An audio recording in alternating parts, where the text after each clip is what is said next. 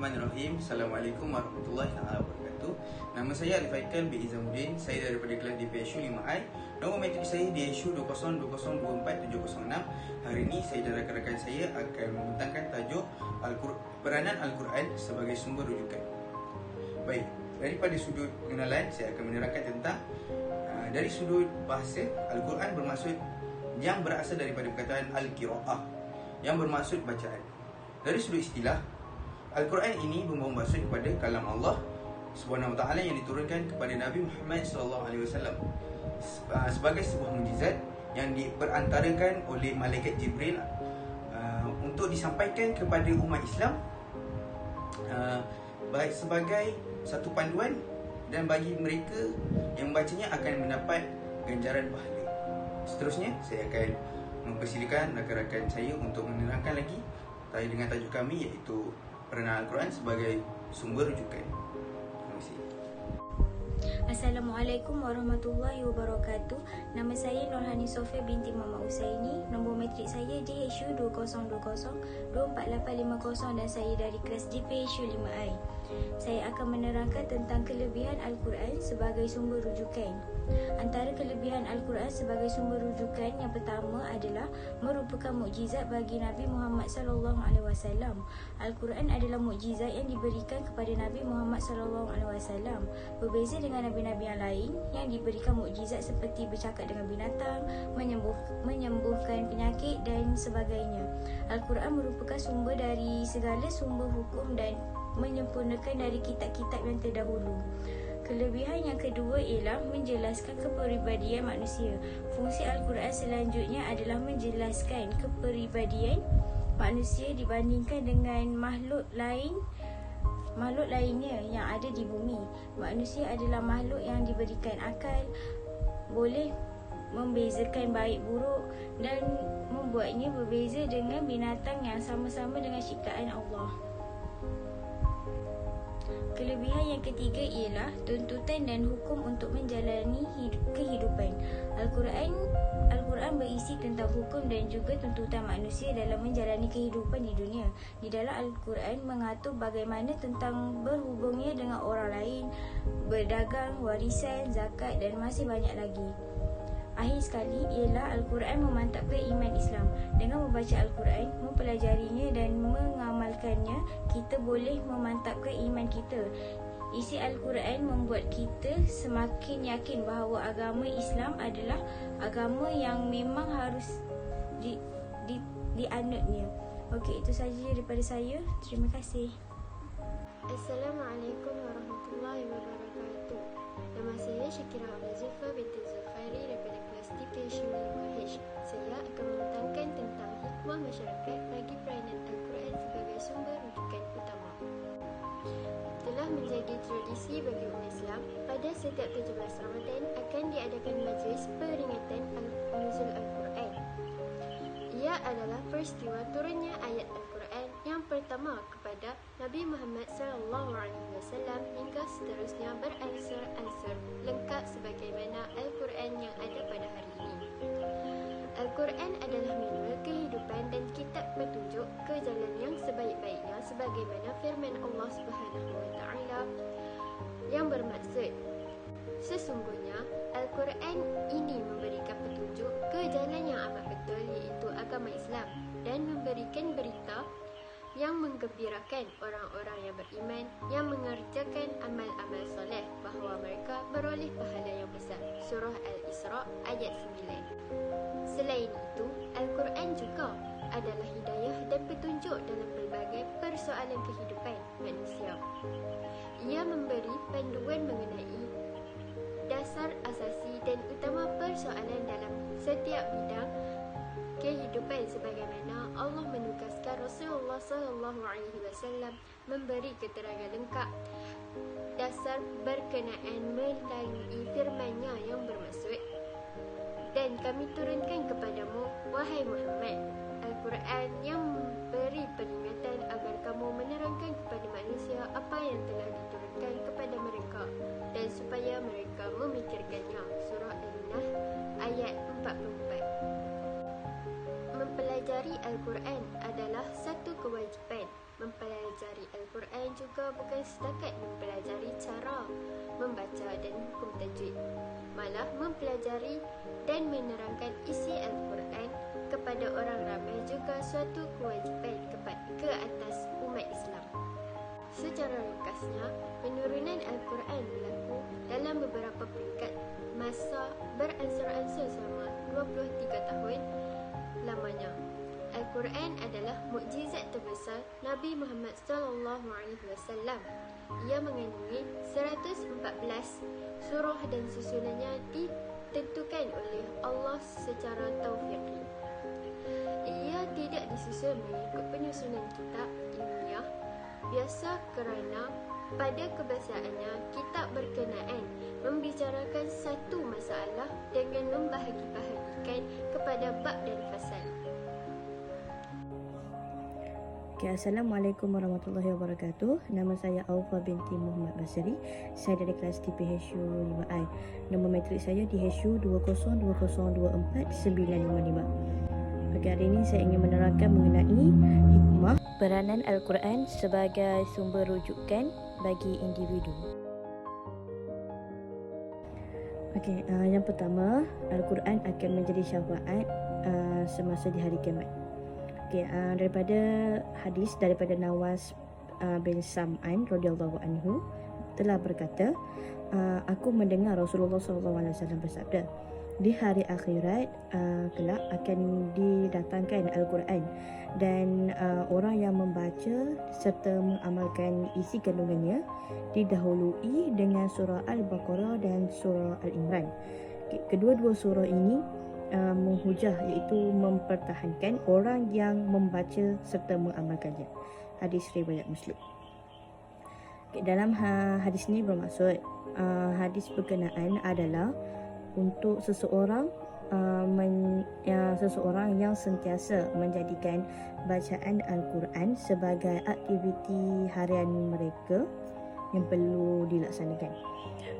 Dan Al-Quran ini juga adalah sumber pahala yang besar, iaitu yang dikurniakan kepada Nabi Muhammad SAW. Di padang mahsyar kelak, semua manusia akan merasai kepanasan dan tiada sesiapa yang akan dapat membantu. Akan tetapi hanya orang-orang yang terpilih sahaja yang akan mendapat teduhan daripada Allah Subhanahu Wa Taala.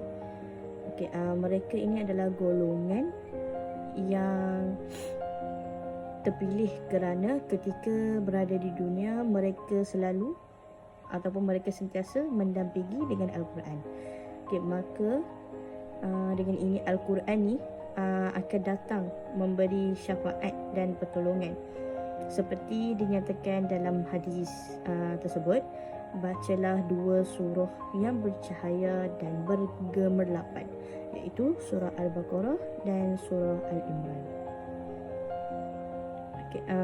Yang kedua, Allah Subhanahu Wa Taala akan mengangkat martabat bagi golongan yang membaca Al-Quran. Seperti yang telah dinyatakan di dalam hadis, iaitu daripada Umar bin Al-Khattab radhiyallahu anhu, bahawa Nabi Muhammad SAW telah bersabda, sesungguhnya Allah mengangkat martabat bagi beberapa golongan dan merendahkan martabat yang lain dengan sebab Al-Quran. Kat sini maksud siapa yang selalu membaca Al-Quran, Allah akan mengangkat martabatnya, melainkan dengan orang yang tidak membaca Al-Quran, iaitu Allah akan merendahkan martabatnya. Hadis riwayat Muslim. Yang ketiga adalah membaca Al-Quran akan mendapat ketenangan jiwa, iaitu ketenangan, iaitu sakinah. Daripada hadis daripada Bara' dan daripada Azid radhiyallahu anhu, seorang lelaki membaca surah Al-Kahfi dan di sisinya ada seekor kuda yang diikat dengan dua tali. Maka setelah itu awan di langit mula melindunginya dan semakin hampir, dan kudanya mula menjauhinya. Apabila menjelang pagi, beliau pergi berjumpa dengan Nabi Muhammad SAW dan menceritakan tentang peristiwa tersebut. Lalu baginda bersabda, itulah sakinah, iaitu ketenangan yang turun disebabkan baca Al-Quran. Hadis riwayat Muslim Bukhari. Dekat sini dia nak cerita tidak ada lagi bacaan yang dapat meningkatkan terhadap daya ingatan dan memberikan ketenangan kepada seseorang kecuali dengan membaca Al-Quran. Assalamualaikum warahmatullahi wabarakatuh. Nama saya Nur Azizah binti Ismail. Saya dari kelas DPSU 5I. Saya akan menerangkan bahagian keistimewaan Al-Quran. Yang pertama ialah apabila kita membaca Al-Quran, ia sudah merupakan suatu barang siapa yang membaca huruf dari Al-Quran, maka baginya satu kebaikan, dan setiap kebaikan dilipat gandakan menjadi 10. Saya tidak mengatakan alif lam mim ialah satu huruf, akan tetapi alif satu huruf, lam satu huruf dan mim satu huruf. Hadis riwayat Bukhari. Firman Allah Subhanahu Wa Taala yang bermaksud, dan apabila Al-Quran dibacakan, maka dengarlah akan dia serta diamlah, iaitu dengan sebulat-bulat ingatan untuk mendengarnya, supaya kamu beroleh rahmat. Surah Al-A'raf ayat 204. Orang yang mahir Al-Quran, orang yang mahir dengan Al-Quran bersamanya malaikat yang mulia. Sedang orang yang membaca Al-Quran dengan bertatih-tatih dan ia bersemangat, iaitu bersungguh-sungguh, maka baginya 2 pahala. Hadis riwayat Bukhari dan Muslim.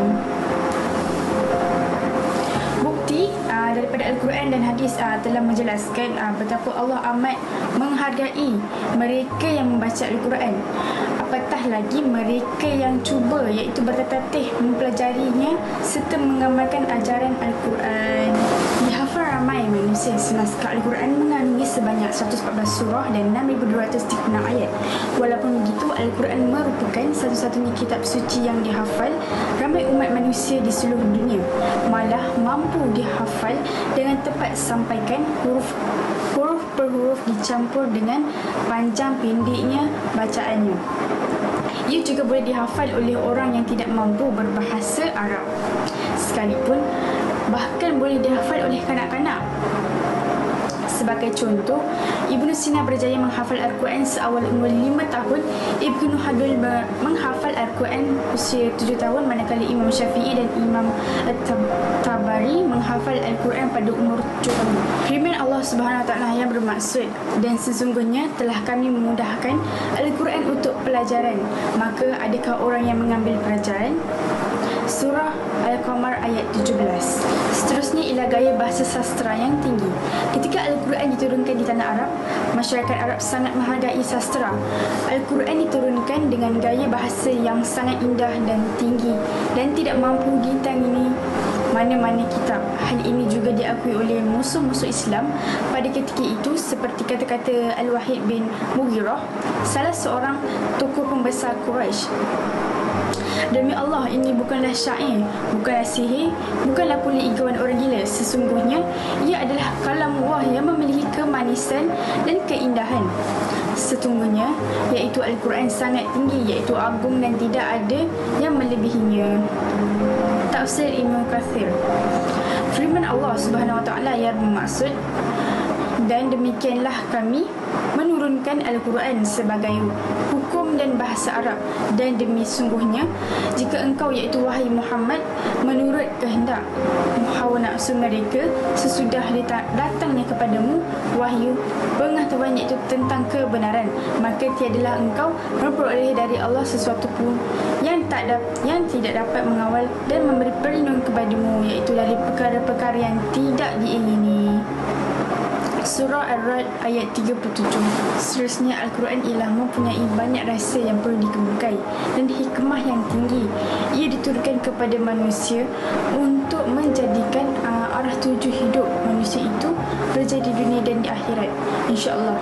Hanya dengan mengamalkan Al-Quran, kita akan nampak kebenaran Islam itu dan akan berbeza kehidupan kita. Baik, bagi kesimpulan, saya akan meneruskan tentang tajuk kami, iaitu peranan Al-Quran sebagai sumber rujukan.